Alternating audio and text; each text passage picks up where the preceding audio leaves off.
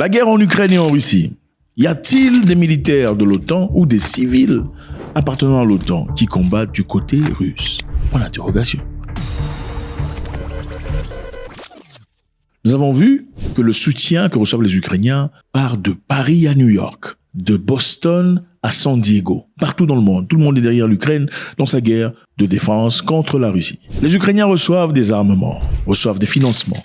Il y a un package qui a été libéré par les États-Unis et la Grande-Bretagne, dont des centaines de millions de dollars, 600 millions et 700 millions respectivement. Beaucoup d'argent pour continuer cette guerre contre la Russie. Le soutien moral, le soutien intellectuel, le soutien sociétal. Nous avons tous vu pendant la compétition de football, on mettait le drapeau ukrainien à la télévision au coin. Pendant des semaines, en soutien à l'Ukraine, n'est-ce pas? C'est vrai, les Ukrainiens qui sont victimes ne méritent pas ce qui leur arrive. Mais on va se poser la question de savoir, y a-t-il des gens qui soutiennent la Russie dans cette guerre? Y a-t-il de gens, paradoxalement, à ce qu'on croit, ou paradoxalement, la propagande qu'avance? Bah, écoutez, la propagande est normale, hein. Pendant la guerre, il y a toujours de propagande. La propagande ukrainienne est réelle. La propagande russe est aussi réelle. Voilà pourquoi il faut être assez intelligent pour se mettre au milieu et tirer l'essentiel et faire sa propre conclusion. On va essayer de voir ensemble qu'est-ce qui se passe. Qui soutient qui dans cette histoire? Y a-t-il des gens, les citoyens légitimes de l'OTAN qui soutiennent la Russie dans cette guerre? Voyons voir. Il a été révélé de manière choquante, brutale, qu'il y a des éléments, des citoyens, des civils lituaniens qui sont en train de combattre du côté russe. Et c'était un embarrassement total pour le gouvernement lituanien et surtout le ministre de la Défense qui a dû apparaître et se défendre et expliquer ce qui se passe. À l'occurrence, en plus de beaucoup de personnes, il y a un monsieur particulier au nom de Kęstutis Kevkus. Il a donc été révélé, les amis, qu'il y a beaucoup de gens venant de beaucoup de pays de l'OTAN, de l'Europe, des États-Unis et d'ailleurs qui soutiennent et combattent derrière les rangs des Russes. C'est choquant et bouleversant, évidemment, si elle ne vous en parlera pas. Écoutez, nous sommes contre les propagandes de l'Ouest. Nous sommes aussi contre les propagandes des Russes. Nous ne sommes pas pro-Ouest, nous ne sommes pas pro-Russes. Nous sommes au milieu pour en tirer une conclusion plus ou moins neutre. Je pense que c'est important pour nous.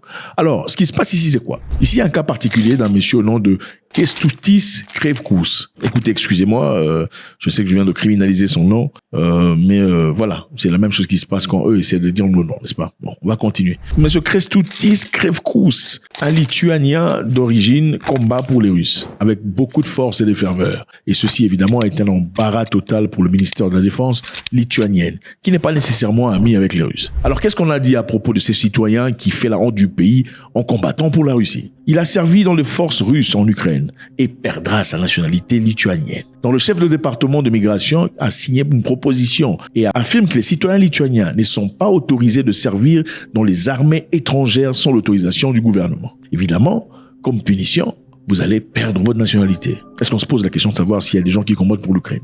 Nécessairement pas. S'il y en a, en effet, ils sont glorifiés et célébrés. Pourquoi on le fait pour les Russes? Je pense que c'est évident. Il faudrait trouver un moyen de décourager au maximum des gens de le faire. Ce n'est pas un libre choix. On ne vous accorde pas le droit de choisir pour qui vous voulez combattre. On veut que vous combattiez pour ce que le gouvernement veut que vous combattiez suite à leur accord avec l'OTAN. Donc, vous, en tant que citoyen, êtes dans l'obligation de combattre seulement pour l'Ukraine. Si vous combattez pour la Russie, on vous retire votre nationalité. Donc, la question se pose ici. Qui a le droit de retirer la nationalité de quelqu'un qui est né d'un pays? Attendez, est-ce qu'on peut sortir votre sang de votre sang et vous dire désormais vous n'êtes plus camerounais, c'est fini, on vous chasse, ou vous n'êtes plus béninois?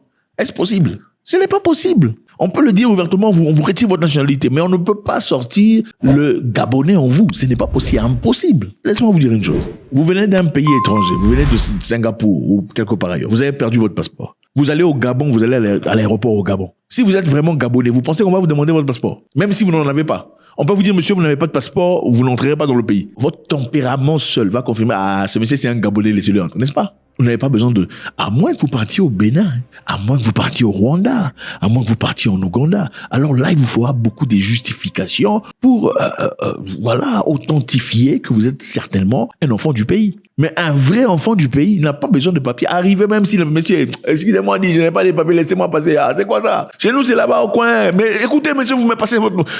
Pourquoi? Parce que vous êtes rassuré de votre nationalité. De même pour ces personnes, on leur dit qu'ils ne seront plus lituaniens. Ne seront-ils plus lituaniens? Pour l'interrogation. Le ministre de la Défense, Laurynas Krasnoyarsk a déclaré que le renseignement lituanien était au courant du service de Kevkous dans l'armée russe. Kevkous, j'ai encore meurtrier son nom là. Bon, en effet, Kevkous apparemment n'est pas le seul. Il y a beaucoup de personnes. Il est important que le service de renseignement ne dévoile pas cette histoire. Parce que quand vous dévoilez le nombre de gens qui sont en train de combattre pour vos ennemis, vous êtes en train d'encourager à beaucoup plus de personnes d'y aller. Parce que les gens se disent, ah, pourquoi va partir là-bas? Est-ce qu'il y a des gens qui me ressemblent qui sont là-bas? Quand on ne sait pas, on doute. Mais quand on est certain qu'il y en a 20 000, on dit, ah, moi aussi je veux venir, on vous paye combien, n'est-ce pas? Le service de renseignement lituanien ne révèle pas s'il y a davantage de ressortissants lituaniens combattant aux côtés de la Russie en Ukraine. Alors on va essayer de comprendre pourquoi la Lituanie est contre la Russie, n'est-ce pas?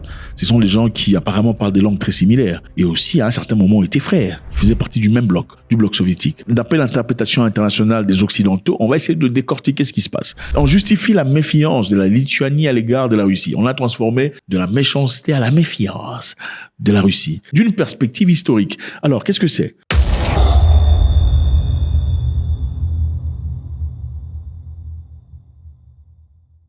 L'opinion négative de la Lituanie à l'égard de la Russie est enracinée dans des siècles d'expérience historique, notamment la domination impériale de la Russie. Donc la Lituanie faisait autrefois partie de l'Empire russe, connaissant une période de suppression culturelle et de contrôle politique. Donc d'une autre façon, on veut dire les Lituaniens ont été forcés dans l'Empire russe. Alors c'est la raison pour laquelle ils sont méfiants à l'égard des Russes. Bah écoutez, en parlant d'empire, ce ne sont pas les Russes qui ont commencé les affaires des empires. Les Romains avaient leur empire. Les Byzantins avaient leur empire. Les Grecs avaient leur empire. Jusqu'au 21e siècle, les gens vivent encore sous l'empire britannique. Ce n'est rien de nouveau.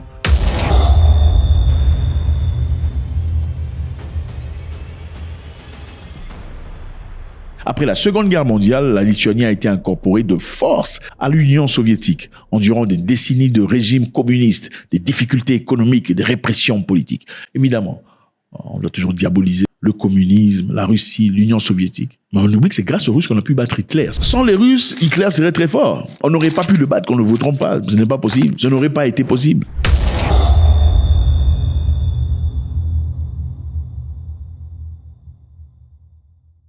La Lituanie continue d'avoir des conflits territoriaux avec la Russie au sujet de l'oblast de Kaliningrad, un enclave russe qui faisait autrefois partie de la Lituanie. Bon, ce qui est évident ici, quand vous entendez parler de Lituanie et l'horizon, on a carrément l'impression d'entendre parler de l'Ukraine. Et une partie de l'Ukraine, la Crimée, ou une partie de Russes, ça dépend de comment vous prenez ça. Les Russes pensent que la Crimée appartient à la Russie. Ce n'est pas ukrainien. Ils pensent aussi qu'une grande partie de l'Ukraine, la partie est, russophone, n'appartient pas à l'Ukraine. Qui a raison, qui a tort? Pour l'interrogation. Maintenant, la question qui se pose, est-ce que le citoyen normal lituanien est en colère contre les Russes? Absolument pas. Est-ce que la politique lituanienne est en colère contre les Russes? Ah, évidemment. Pourquoi? Parce qu'ils font partie de l'OTAN. En plus de ce monsieur lituanien qui perdra sa nationalité, quels sont ces pays qui sont en train de combattre à côté de la Russie? Jusqu'à présent, il y a le Népal, qui n'a pas essentiellement envoyé des militaires, mais des volontaires qui sont partis. La Serbie, des volontaires sont partis. La Bosnie, Monténégro, la Syrie. Oui, les Syriens sont partis soutenir les Russes parce que les Russes sont en Syrie soutenant les Syriens. C'est grâce aux Russes qu'on n'a pas pu tuer Bachar al-Assad. Écoutez, Bachar al-Assad serait déjà mort si les Russes n'étaient pas intervenus. Il serait mort comme Mohamed Kadhafi était mort. Je vous rappelle ici que Vladimir Poutine avait dit pourquoi on a tué Kadhafi de la sorte. The coalition said destroying Gaddafi was not their goal. Then why bomb his palaces? Now some officials have claimed that eliminating him was in fact their goal. Who gave them that right? Did he have a fair trial? Returning to the no-fly zone, the bombings are destroying the country's entire infrastructure. When the so-called civilized world uses all its military power against a small country destroying what's been created by generations, I don't know if that's good. C'est grâce à la politique russe que jusque-là, Bachar al-Assad continue de survivre. Et aussi, il y a eu des accusations disant que les Américains sont là. Les Américains sont en Syrie, n'est-ce pas? On accuse les Russes d'être en Ukraine, mais paradoxalement, les Américains sont en Syrie. Pour les mêmes raisons, ok? L'Ukraine ne vous appartient pas, il faut quitter. C'est une invasion. Mais en attendant, il y a les troupes américaines en Syrie.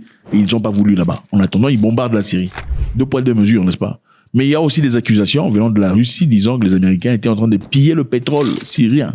Donc vous venez, sous prétexte d'une moralité supérieure, mais en étant en train de piller de conteneurs de pétrole brut syrien pour exportation internationale. On se pose la question, est-ce qu'on est vraiment là pour la paix ou on est là pour piller? Il y a des Libyens qui sont dans les rangs des Russes en train de combattre. Il y a des Centrafricains, oui, évidemment, les Africains sont aussi là-bas en train de combattre pour la Russie. Il y a des Kurdes de la Turquie qui ont toujours été soutenus par la Russie, qui en retour reviennent en Russie pour combattre pour les Russes. Il y a aussi apparemment un Congolais de la RDC, un Zaïrois au nom de Jean-Claude Sangwa, était étudiant à Rostov, qui apparemment a été repéré par les services de sécurité ukrainiens. On sait que tu es là, cher ami, si je suis toujours vivant. Je ne pense pas que ce soit une très bonne idée. Si on connaît ton nom et on sait exactement où tu as fait l'université, voilà, il faut faire très attention.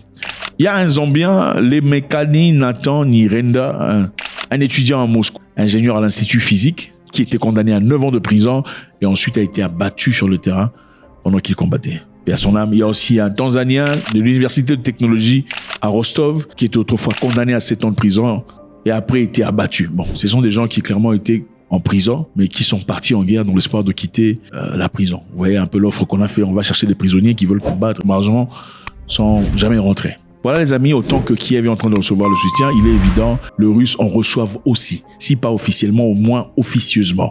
Ce sont des humains, des gens normaux qui décident d'aller combattre de leur côté. Qui a raison et qui a tort dans cette guerre? Point d'interrogation. Le plus important pour nous ici, c'est que la paix revienne entre les Ukrainiens et les Russes et que personne ne profite de cette guerre pour s'enrichir davantage. God bless.